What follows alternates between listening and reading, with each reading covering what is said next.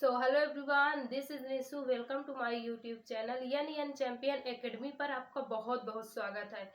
आज हम एक ऐसे टॉपिक पर डिस्कस करेंगे जो कि इवन कि आपके बोर्ड एग्जाम के लिए बहुत ज़्यादा महत्वपूर्ण है। ठीक है, जैसे कि हमने नेक्स्ट वीडियो पर चर्चा किए थे कि वैद्युतशीलता का मान क्या होता है, मात्रक क्या होता है और विमीय सूत्र ज्ञात करना सिखाए थे। आज हम उसी के आगे लेकर आ रहे हैं आपेक्षिक वैद्युतशीलता। इवन कि आपके बोर्ड एग्जाम के लिए ये इसमें क्वेश्चन 100% बनते हैं। ठीक है, तो आज हम आपका टाइम ना लेते हुए चलते हैं, पहले जानते हैं कि ये जो है आपेक्षिक वैद्युतशीलता है क्या। ठीक है, जैसे कि मैंने एकदम इजी लैंग्वेज से इजी भाषा से मैंने इस परिभाषा को लिखा है, ठीक उसी प्रकार से आपको समझाऊंगी। ठीक है, तो देखिए क्या है कि ये जो वो है क्या कहते हैं आपेक्षिक वैद्युतशीलता। आपेक्षिक वैद्युतशीलता क्या होती है कि इसमें देखिए माध्यम की वैद्युतशीलता। ठीक है, माध्यम की वैद्युतशीलता तथा निर्वात या वायु की वैद्युतशीलता, ठीक है, के अनुपात को माध्यम की आपेक्षिक वैद्युतशीलता कहते हैं। यदि आपको अभी भी समझ में नहीं आया तो एक बार और पढ़ के देखते हैं। ठीक है, माध्यम की, किसी भी माध्यम की, ठीक है, कोई भी माध्यम हो सकता है, निर्वात भी हो सकता है, वायु। निर्वात का मतलब जहां पर वायु ना हो, और वायु का मतलब जहां पर वायु हो। ठीक है, निर्वात माध्यम की वैद्युतशीलता तथा निर्वात या वायु की वैद्युतशीलता के अनुपात की, ठीक है, अनुपात को, इसके और इसके अनुपात को क्या कहते हैं, माध्यम की आपेक्षिक वैद्युतशीलता कहते हैं। आई होप कि आपको क्लियर समझ में आ गया होगा। ठीक है, अब चलते हैं अपने से हम कैसे लिखें। ठीक है, कि ये जो डिफिनीशन है इसे हम और अच्छे से मतलब कि एकदम इजी भाषा में सीखें।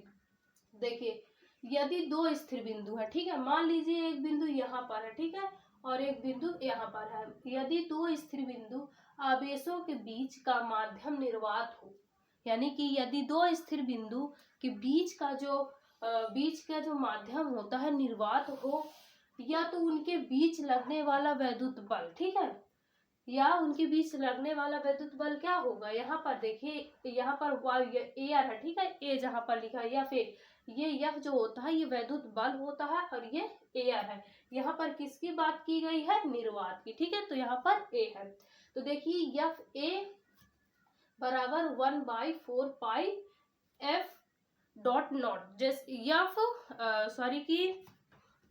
एफ साइलेंट नॉट इसे पढ़ते हैं। ठीक है, देखिए एफ ए बराबर क्या होता है 1/4 एफ साइलेंट नॉट, ठीक है, डॉट Q1 Q2 और क्या होता है कि आर स्क्वायर। जैसे कि आपने इसे कूलाम के नियम में भी पढ़े हैं और वैद्युतशीलता का जो मान था ज्ञात करने में, उसमें भी आपका धुआंधार ये प्रयोग हुआ है। तो इसे हम क्या मान लेंगे कि ये पहला हमारा वो है, ठीक है, यानी पहला फॉर्मूला है। आप इसे ऐसे ना करके आप और अच्छे से भी कर सकते हैं। ठीक है, देखिए जैसे कि यहाँ पर पहला समीकरण बनाने के लिए तो हम ये डिफिनीशन दिए कि यदि दो स्थिर बिंदु आवेशों के बीच, ठीक है, यदि दो स्थिर बिंदु आवेशों के बीच, ये स्थिर बिंदु है और ये आवेशों के बीच में जो निर्वात या के माध्यम, ठीक है, निर्वात हो, उनके बीच का जो है लगने वाला बल, ठीक है, लगने वाला बल है ये। ठीक है, अब देखिए सेकेंड समीकरण जब बनाएंगे हम तो क्या होगा, यदि दो स्थिर बिंदु, ठीक है, सेम रहेगा, लेकिन यहाँ पे क्या रहेगा, यहाँ पर सिर्फ निर्वात हो और यहाँ पर क्या होगा, पैरावैद्युत पदार्थ, जैसे कागज हो गया, मोम हो गया, कुछ अलग पदार्थ। ठीक है, यहाँ पे जैसे लिखा हुआ है, तो इसे पढ़ते हैं।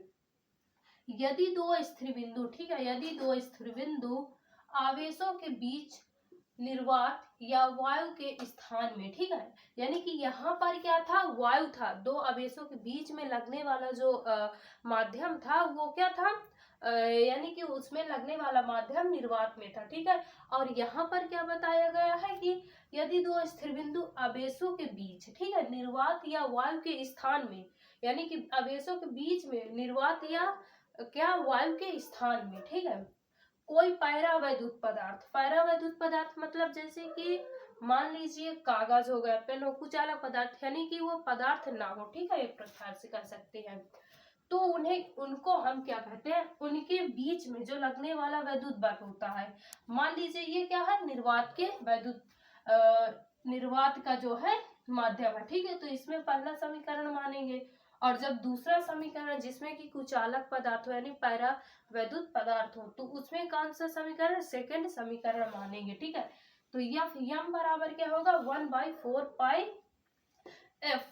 एफ साइलेंट नॉट यहाँ पे नहीं है, ठीक है, एफ साइलेंट है। और Q1 और Q2 बाय में आर स्क्वायर, इसे क्या मानेंगे, सेकेंड नंबर समीकरण, ठीक है। तो देखिए यहाँ पर क्या अंतर आया है, यहाँ पे क्या है, एफ साइलेंट नॉट है, ठीक है। यहाँ पे देखिए क्या आया है कि यहाँ पे एफ साइलेंट नॉट है, ठीक है, एफ साइलेंट नॉट। तो अब क्या है कि यहाँ पे जो है ये सिर्फ एफ साइलेंट है, ठीक है। तो यहाँ पे सिर्फ इतना ही अंतर है, तो इसे हम क्या मानेंगे, सेकेंड समीकरण। अब देखिए एफ साइलेंट के क्या होता है, माध्यम की वैद्युतशीलता, ठीक है, क्या होता है, माध्यम की वैद्युतशीलता।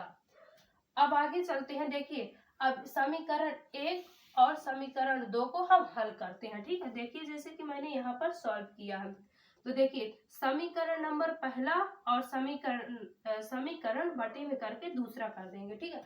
अब देखिए समीकरण का पहला जो है ये है मान, ठीक है, समीकरण का पहला मान ये है, तो हमने यहाँ पर एकदम वही वाला मान उठा के यहाँ पर लिख दिए है।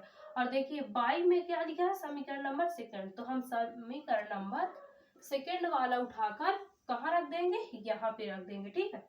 और देखिए ये यहाँ पे क्या है, यम एयर, जो कि यहाँ पे निर्वात है सिर्फ, ठीक है, और यहाँ पे क्या है, पैरा वैद्युत पदार्थ है, तो यहाँ पर यम लिखा हुआ है, जैसे कि यहाँ देख सकते हैं।